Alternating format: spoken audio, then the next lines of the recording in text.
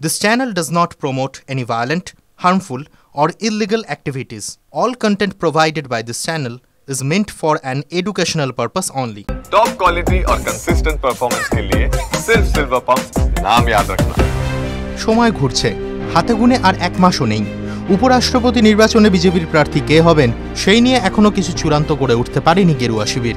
জানা গিয়েছে রবিবার বৈঠকে বসবে বিজেপির সংসদীয় বোর্ড এবং মঙ্গলবার বৈঠকে বসবে এনডিএ শরিকরা। সূত্রের খবর এই বৈঠক থেকে বাছাই হবে নতুন উপরাষ্ট্রপতি নির্বাচনের পদপ্রার্থী।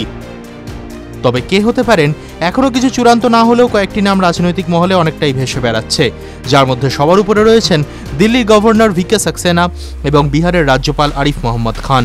তবে দ্বিতীয়জন বাদ পড়তে পারে বলেই মত অনেকের। এই দুজনেই তালিকা শেষ হচ্ছে না।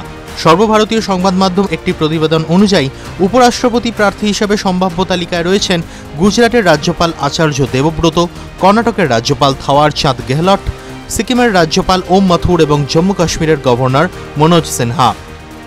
কিন্তু বিজেপির উপরাষ্ট্রপতি প্রার্থী তার সঙ্গে আরএসএসের যোগ থাকবে না, এমনটা কি সম্ভব? সূত্র বলছে সেই নিয়েও ভাবনা চিন্তা চলছে। তুলে ধরা হতে পারে এককালের আরএসএসের সাপ্তাহিক পত্রিকার সম্পাদক শেষাদ্রি চারিকেও। এছাড়াও সম্ভাব্য পদপ্রার্থীদের মধ্যে নাম রয়েছে বর্তমানে রাজ্যসভার সহ অধ্যক্ষ হরিবংশেরও। ইতিমধ্যেই এই রাজ্যপালেরা প্রধানমন্ত্রী এবং স্বরাষ্ট্রমন্ত্রীর সঙ্গে দেখা করেছেন প্রতিরক্ষা মন্ত্রীর সঙ্গেও। এক কথায় নাম একাধিক রয়েছে, কিন্তু কে প্রার্থী হবেন তা বলবে সময়। টিভি9 বাংলা ডিজিটাল।